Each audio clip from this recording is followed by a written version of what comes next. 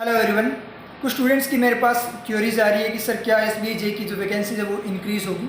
जैसे कि most faithful channels and teachers ने बोला था कि 8000 प्लस वैकेंसीज आएगी और श्योरिटी के साथ आएगी, लेकिन सर वैकेंसी तो 5000 के अराउंड आई है, बहुत ज़्यादा कम आई है। तो सर यहाँ पे डिमोटिवेशन आ रखा है कि इतनी कम वैकेंसीज के साथ क्या एग्ज़ाम क्रैक कर पाएंगे। तो सर कुछ भी समझ में नहीं आ रहा। तो सर एक डाउट है, प्लीज़ उसको क्लियर कर दीजिए। जैसे कि जो बहुत सारे जो टीचर्स वगैरह उन्होंने बोला था कि इंटरनल सोर्सेज से पता लगा है कि वैकेंसीज 8000 प्लस आएगी, तो क्या सर वैकेंसी इंक्रीज होने के चांसेस हैं? ये डाउट प्लीज़ सर जल्दी से जल्दी हमारा क्लियर कर दीजिए। तो देखो, एक चीज़ मैं आप लोगों को बताऊं, जो आपको डिमोटिवेशन हो रहा है वो ऑब्वियस सी बात है होगा, और उसका रीज़न भी आप लोग ही हो, क्योंकि आप लोग रियलिटी को एक्सेप्ट नहीं करते हो। सबसे बड़ी प्रॉब्लम आप लोगों के साथ ये है। मैंने आपको बोला था कि सब्सिडरी का इफ़ेक्ट है, वैकेंसीज डाउन होगी, क्योंकि जो अनप्रॉफिटेबल वर्क जैसे पासबुक प्रिंटिंग वगैरह जो मोस्टली क्लरिकल करते हैं, वो वाला पूरा का पूरा डाइवर्ट किया जा रहा है सब्सिडरी पे। तो जब वर्कलोड कम हो जाएगा तो स्टाफ रिक्वायरमेंट भी कम होगी और वैकेंसी तो डाउन होगी, और आने वाले टाइम में और ही ज़्यादा डाउन होगी।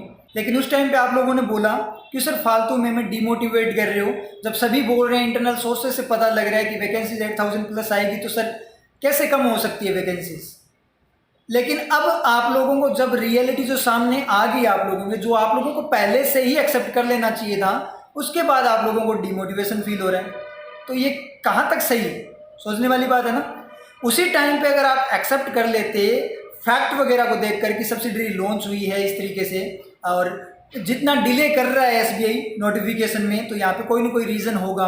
अगर उस फैक्ट को आप एक्सेप्ट कर लेते तो आज आप लोगों को ये डिमोटिवेशन फील नहीं होता। और ये डिमोटिवेशन आपको ऐसे पॉइंट पे आया है जिस पॉइंट पे आप बिल्कुल भी डिमोटिवेट नहीं हो सकते, क्योंकि आप लोगों को पता है बैंकिंग एग्जाम्स का सीजन चल रहा है, बैक टू बैक आपके एग्जाम हो रहे हैं। और इस पॉइंट पे अगर आप ये इस चीज़ से डिमोटिवेट हो रहे हो तो आप लोगों के लिए बहुत ज़्यादा नेगेटिव चीज़ है, आपके रिजल्ट पे बहुत बड़ा नेगेटिव इम्पैक्ट ये चीज़ डालेगी। समझ में आई?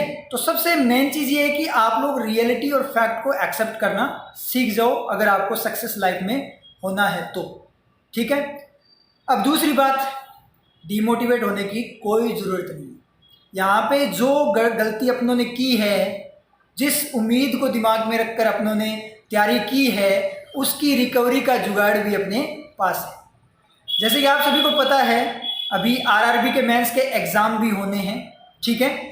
तो मैक्सिमम स्टूडेंट्स क्या होते हैं, आरआरबी पे फोकस्ड होते हैं, तो वो क्या करते हैं, इंग्लिश को अवॉइड करते हैं। और विदाउट इंग्लिश आप लोगों को पता है एसबीआई आईबीपीएस वगैरह क्लियर करना इजी नहीं है। तो अब मेंस का जो एग्ज़ाम होना उसमें अपने बात करें तो अराउंड 1 मंथ के अराउंड टाइम है। तो 1 मंथ तक मुझे नहीं लगता कि बहुत सारे स्टूडेंट्स ऐसे होंगे जो इंग्लिश को अवॉइड करेंगे, क्योंकि वहाँ पे आरआरबी में उनको मेंस में ऑप्शन मिलता है इंग्लिश की जगह हिंदी का। ठीक है, ये चीज़ आप लोगों को समझ में आती है। तो इस पॉइंट का क्यों ना अपने फ़ायदा उठा लें, ज़्यादा टाइम वेस्ट नहीं होगा। अपने भी आरआरबी की तैयारी कर रहे हैं, मेंस पे फोकस्ड है, कोई दिक्कत नहीं है। लेकिन आपको 1 आवर या 2 आवर्स ही आपको क्या करने हैं, इंग्लिश को देने हैं। उससे अपना जो है वो चांसेस अपने उधर एसबीआई वगैरह में अपने बढ़ जाएंगे।